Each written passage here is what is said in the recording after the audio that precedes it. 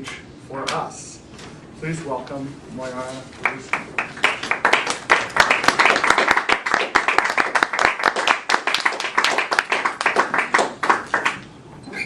Imagine yourself 40 years from now, looking back on your life, not just your professional accomplishments, but your life as a whole. Was it a life well lived? Was it a life without regrets? Was it a life with admirable purpose? Here today, as you embark on your future careers, you're looking forward, hopefully with optimistic ambition, or perhaps with much trepidation, and that's understandable too. But I think that the one thing that all of you have in common, and what compelled you to come to the Monterey Institute in the first place, was a desire to make a positive difference. And you will. But let's start with the end in mind. At the end of your life, when you are superannuated, as you look back on it, what do you hope to have achieved? Not just professionally, but also in terms of personal fulfillment and happiness. And most of all, was it a life of no regrets? I'm not yet at the end of my life, at least I hope not. But I've had my fair share of ups and downs, achievements and disappointments, the stresses of being a single mother with 2 teenage children. People ask me, how do you do it? I have no idea. But I do strive to live a life without regret by following 3 guidelines or guideposts. 1, keeping a steady moral compass. 2, making time for love and family. And finally, pushing myself to always improve. When I talk about keeping a steady moral compass, I mean never compromising your ethics, ever. Even if it means sacrificing a lucrative bank bonus, or losing a friend, or even walking away from a job. After my second master's degree, I landed what I thought was a dream job at one of the most prestigious think tanks in Washington, D.C. During my first week on the job, my boss asked me to familiarize myself with all of the files in the office, which was a room full of many, many tall file cabinets. She didn't think that I would actually read through the files, but I did read through most of those files. And what I found was deeply troubling, because what she was doing in that office was something other than or in addition to what she was supposed to be doing, and something that if the boss of the think tank had discovered would have questioned her ethics and raised conflicts of interest that deeply troubled me. The following week, my second week on the job, there were 2 incidences, one which made me question her competency, and the other which made me question her integrity yet again. And I thought, I can't do this. I don't want to be working with someone like this. But I didn't want to burn bridges, and so I spent the whole weekend writing out and redrafting a resignation speech, if you will, that tried to gracefully and diplomatically allow myself to step out of the job without any waves being made. I rehearsed it, and then I walked into her office to deliver it. She never let me finish the speech and said, "You are making a terrible mistake, and you are going to regret this for the rest of your life." I was a little shaken by the experience, but I walked out, never looking back. It's been more than 22 years, and I have not regretted that decision for 1 second. Even though 5 or 6 months of unemployment followed that walkout. I'm telling you, it was worth it. The second guidepost is making time for love and family. Love doesn't happen naturally. We need to earn it, and we need to search for it, much like many of you are now searching for a job. And this search is not to be taken lightly. Don't settle for someone unworthy, but don't hold out for perfection either. A life without loved ones to share it with is an incomplete life. Now, once you've found that mate, start procreating. Reproduce yourselves. And you're probably asking yourself, oh my gosh, is she really asking us to do that? Well, not at this moment. At least wait until after the reception, because I hear it's supposed to be quite delicious. I know that there's no population problem. The world needs more people like you.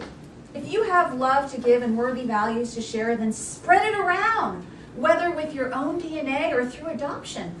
Or if parenting is not your thing, mentor a young person. Don't be selfish about sharing your love and wisdom. Now, if you do want your own DNA, don't wait. I have too many middle-aged female friends who regret that they waited, only to spend tens of thousands of dollars on fertility treatments, sometimes to no avail. Average peak maternal health and fertility is 23. You're already over the hill. It's all down here all downhill from here. And guys, if you are put off by the loud ticking of her biological clock, remember that you're not getting any younger either. And I have news for you. There is never a good time to have a child. Children are a huge inconvenience, no matter where or when you have them. So why not have them now? The joys are too numerous to describe. Just ask your parents. And there's no need to pause your career. Yes, your kids need your quality time, so outsource all the menial tasks. Hire someone to do the laundry and the cooking and the cleaning, so that you, when you get home from your job, can spend as much wonderful quality time with your kids. The Monterey Institute hired me when I was 7 months pregnant with my first child. They took a gamble on me. Now, granted, they knew me already because I had taught here as an adjunct previously, but I assured them that I would not be taking any time off. Now, mind you, I planned my pregnancy so that I would have both children in May, right after classes ended, so that I could go back to teaching immediately at the end of August. If you want to know how I did that, just ask me during the reception.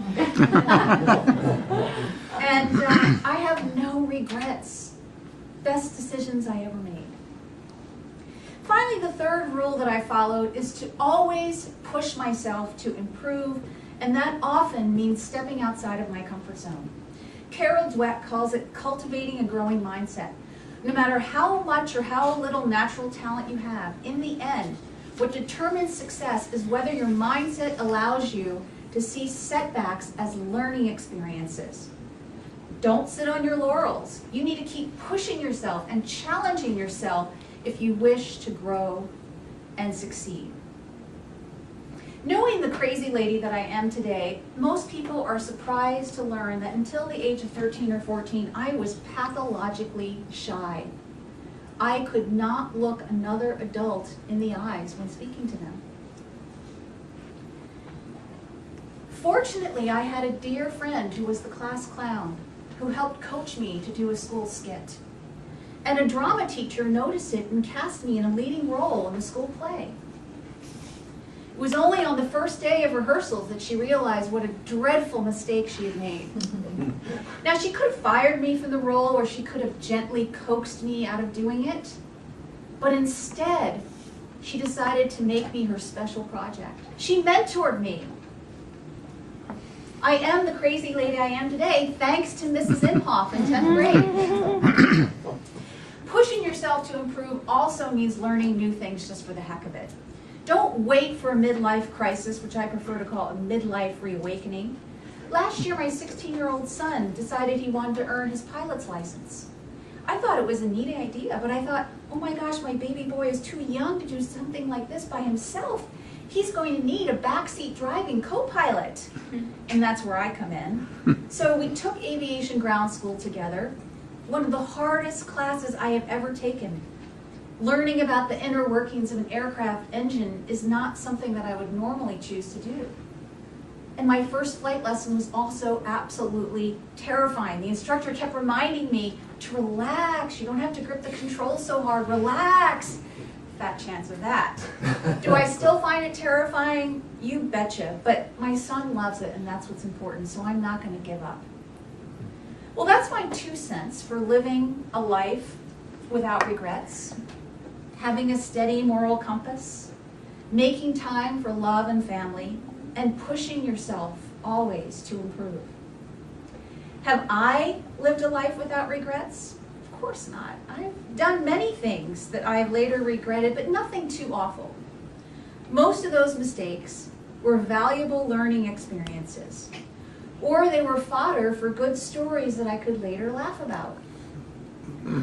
Here's to you, a virtual toast to the Monterey Institute graduates of December 2010. May you go out into the world to make a positive difference, and I know you will. And may you do so without regrets, and may you live long and prosper.